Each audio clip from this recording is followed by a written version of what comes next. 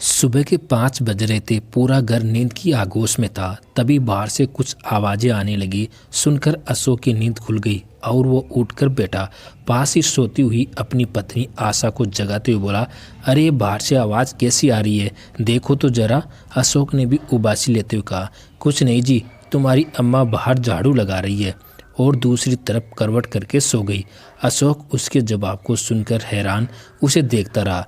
भला उसकी अम्मा सुबह सुबह बाहर झाड़ू लगा रही है और उसकी पत्नी इतनी बेफिक्र नींद में सो रही है। अरे मेरी अम्मा बाहर झाड़ू लगा रही है और तुम चैन से सो रही हो, शर्म नहीं आती तुम्हें? आखिर अम्मा तुम्हारी सास है, कुछ तो लिहाज करो। अशोक ने आशा को दोबारा जगाते हुए कहा, क्यों जी, क्यों शर्म आएगी मुझे? अम्मा जी तो मेरी सास है, लेकिन आपकी और आपके भाई गोपाल की तो माँ है। तुम दोनों तो बेफिक्र होकर सोते रहे हो, और मेरे अलावा इस घर में एक बहू और भी तो है, वो भी तो चादर ताने सो रही होगी। फिर सारी शर्म लिहाज की उम्मीद मुझसे क्यों? अगर अजीब लग रहा है तो जाकर बाहर अम्मा के साथ झाड़ू लगा लीजिए और मुझे चैन से सोने दीजिए, कहकर आशा अपनी चादर तानकर सो गई। अशोक आशा को देखता ही रह गया। आशा 2 साल पहले ही शादी होकर के आई है, लेकिन आते ही उसने पूरा घर संभाल लिया। कभी किसी काम के लिए मना नहीं किया। खुद अशोक तो कमाने के लिए बाहर रहता था, लेकिन आशा अम्मा की सेवा के लिए यहीं रहकर अपने बेटे और परिवार को संभाल रही थी। घर में छोटा भाई गोपाल अभी 5 महीने पहले ब्याह कर आई। उसकी पत्नी शिवानी, एक छोटी बहन सुमित्रा और अम्मा ही तो थे। हाँ, अम्मा का स्वभाव ही थोड़ा गर्म है, उनसे बर्दाश्त बहुत कम होता है। जो मुंह पर आता है मुंह फाड़ कर बोल देती है, ये भी ना देखती कि सामने वाले के दिल पर क्या गुजरती है। पर फिर भी आशा ने कभी पलटकर जवाब नहीं दिया। फिर अब क्या हो गया, उसे तो यकीन नहीं हो रहा था कि ये वही आशा है जो अम्मा के उठने के पहले उठ जाती थी और सुबह से लेकर रात तक सबकी सेवा में लगी रहती थी।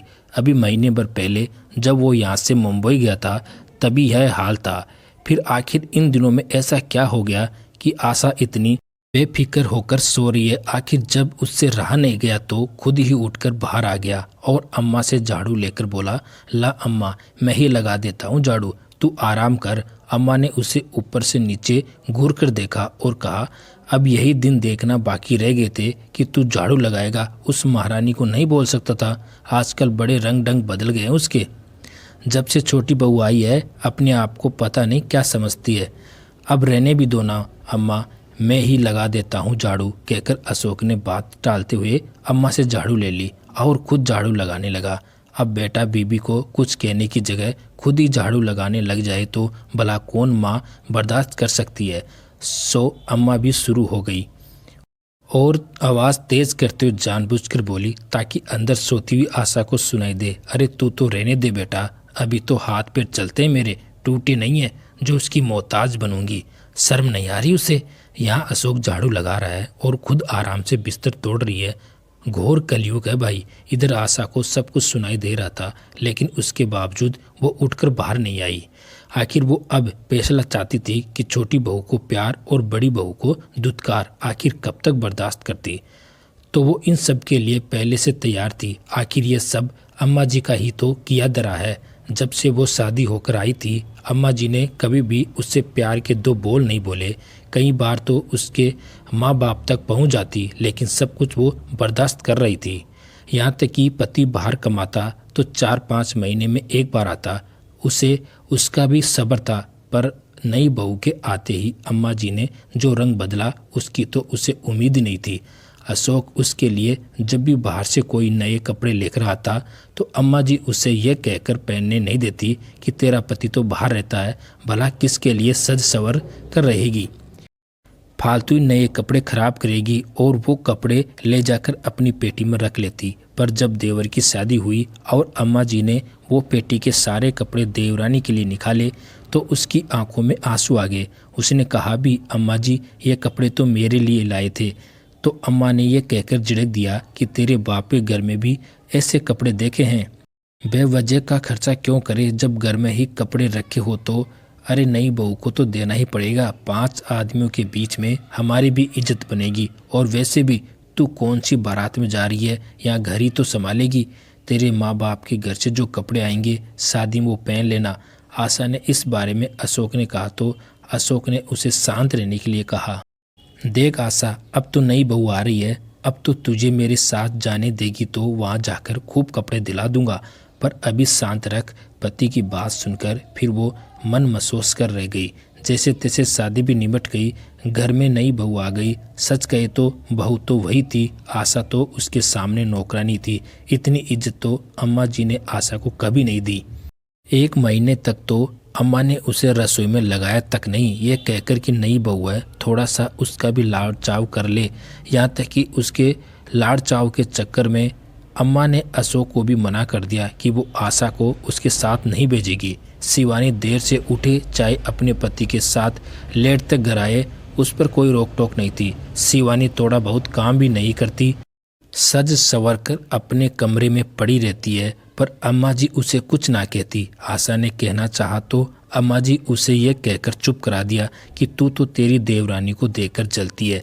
लेकिन अभी पिछले महीने जब अशोक आया था तो अपने साथ आशा के लिए एक भारी सी साड़ी लेकर आया था। इस बार आशा ने वह साड़ी अम्मा जी को दिखाई नहीं। लेकिन जब अशोक के जाने के बाद 15 दिन पहले आशा के मायके में उसकी छोटी बहन की सगाई थी, तब आशा वही साड़ी पहनकर तैयार हुई थी। जैसे ही वो तैयार होकर बाहर आई, अम्मा जी उसे देखकर बोली, ये साड़ी तेरे पास कब आई? मैंने तो नहीं दी। आशा ने धीरे से कहा, जी मम्मी जी, अशोक जी ने मेरे लिए साड़ी लेकर आए थे। बस आशा का कहना हुआ और अम्मा आग बबूला हो गई और उसकी साड़ी को खींचते हुए बोली, लो अब तो पति को भी बस में कर लिया। अरे मेरा बेटा भी मुझसे चोरी छिपे कपड़े लाने लगा है। खबरदार ये साड़ी पहनकर बाहर गई तो अभी की अभी ये साड़ी खोलकर दे मुझे। अचानक से साड़ी खींचने पर आशा का बैलेंस बिगड़ गया और वो लड़खड़ाकर गिर गई। घर में उस समय देवरानी थी, लेकिन वो भी वहीं खड़ी होकर तमाशा देख रही थी। एक बार भी उसने अम्मा जी को रोकने की कोशिश नहीं की, पर अम्मा जी की जुबान रुक नहीं रही थी। कुछ लाज शर्म भी नहीं है तेरे में? ये तो मैं तुझे दबा कर रखती हूँ, वरना सिर उठाकर नाचने लग जाए। मेरा बेटा तो बाहर रहता है, आखिर इतना सज धज के किसके लिए जा रही है? उस समय गोपाल भी घर आ गया और ये सब देखते हुए उसने अम्मा को जैसे तैसे वहाँ से उठाया। आशा वहीं पड़ी बिलखती रही। गोपाल उसके सामने हाथ जोड़कर खड़ा हो गया, भाभी भगवान के लिए आप ये साड़ी बदल लो और अपने मायके चले जाओ, नहीं तो वे वजह घर में कलेश हो जाएगा। अपनी अम्मा को समझाने की जगह गोपाल आशा को ही समझा रहा था। आशा एक पल के लिए सोच में पड़ गई। ना पति और ना देवर, कोई भी उसके साथ खड़ा नहीं हो रहा था। तभी उसकी नज़र शिवानी की तरफ पड़ी। उसके चेहरे पर कुटिल मुस्कान थी। बस वो कुटिल मुस्कान आशा के मन में नस्तर की तरह चुभ गई। हालांकि उसने कोई लड़ाई झगड़ा नहीं किया, पर अब वह फैसला चाहती थी। ना वो अम्मा का कोई काम करती थी और ना ही घर के कामों में कोई दिलचस्पी लेती थी। अब सारा वजन छोटी बहू और अम्मा पर आ चुका था। वह खुद काम कर लेती थी और अपने कमरे में आकर लेट जाती थी। कई बार तो ये भी हुआ कि अम्मा और शिवानी ने आशा के लिए खाना बनाया ही नहीं, पर आशा खुद ही रसोई में जाकर खुद के लिए खाना बनाकर ले आई। और सबसे बड़ी बात, जब जब अम्मा और शिवानी आपस में चिड़चिड़ाती, आशा उनके सामने हमेशा मुस्कुराहट लेकर आगे बढ़ जाती। देखकर दोनों और ज़्यादा जल बुन जाती। तभी बाहर से अम्मा की ज़ोर ज़ोर से आवाज़ आई और आशा की निंद्रा टूटी। उठकर वो रसोई में गई तो देखा देवरानी ने सबके लिए चाय बनाई सिवाय आशा के। तब उसने खुद के लिए चाय बनाई और अपने कमरे में जाने लगी। तभी अशोक बोला, आशा ये क्या है? आखिर क्या चल रहा है ये सब? आशा ने पलट कर कहा, देखिए अब हमसे आपकी मम्मी की सेवा नहीं होती। या तो आप हमें अपने साथ ले चलो, नहीं तो हम जैसे रह रहे हैं वैसे रहेंगे। बड़ी बहू है तो क्या, अब हमसे बर्दाश्त नहीं होता। उसकी बात सुनकर अशोक तो चुप हो गया, लेकिन अम्मा जी बोली, सुन ली अपनी पत्नी की बात, कैसे घर तोड़ने में लगी हुई है। अरे इसी दिन के लिए इसे हम यहाँ लेकर आए थे कि हमारे घर के 2 टुकड़े करे। ठीक है, तुम अपना सामान पैक करो, तुम हमारे साथ दिल्ली जा रही है। अशोक ने कहा तो अम्मा चुप हो गई और उसकी तरफ हैरानी से देखने लगी।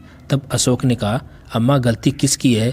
मुझे सब पता है, पर हम कुछ कहते नहीं। मतलब ये नहीं कि आप हमेशा सही है। उस दिन क्या हुआ था मुझे गोपाल ने सब बता दिया। आप भी यहाँ चैन से रहो और मेरी पत्नी को भी चैन से रहने दो। अम्मा कुछ कहने को हुई तो अशोक ने हाथ जोड़ लिए। अम्मा माफ़ करो, इससे ज़्यादा मैं अपनी पत्नी को और नहीं झुका सकता, कहकर अशोक अपने कमरे में चला गया। आशा और अशोक दोनों उसी शाम वहाँ से रवाना हो गए। अम्मा अपना मुंह फुलाए बैठी रही। लोगों के सामने तो शुरू में जमकर बड़ी बहू की बुराई की, पर समय के साथ उन्हें समझ में आ गया जो सेवा बड़ी बहू ने की वो कोई नहीं कर सकता। जो उसने बर्दाश्त कर लिया वह छोटी बहू बर्दाश्त नहीं करेगी। आज अम्मा जी का स्वभाव धीरे धीरे नरम पड़ चुका है, क्योंकि वो जान चुकी है कि उन्हें रहना तो छोटी बहू के साथ ही है, क्योंकि इतना कुछ होने के बाद बड़ी बहू तो अपने पास बुलाएगी नहीं। तो दोस्तों, आशा ने सही किया या गलत कमेंट करके ज़रूर बताना। धन्यवाद।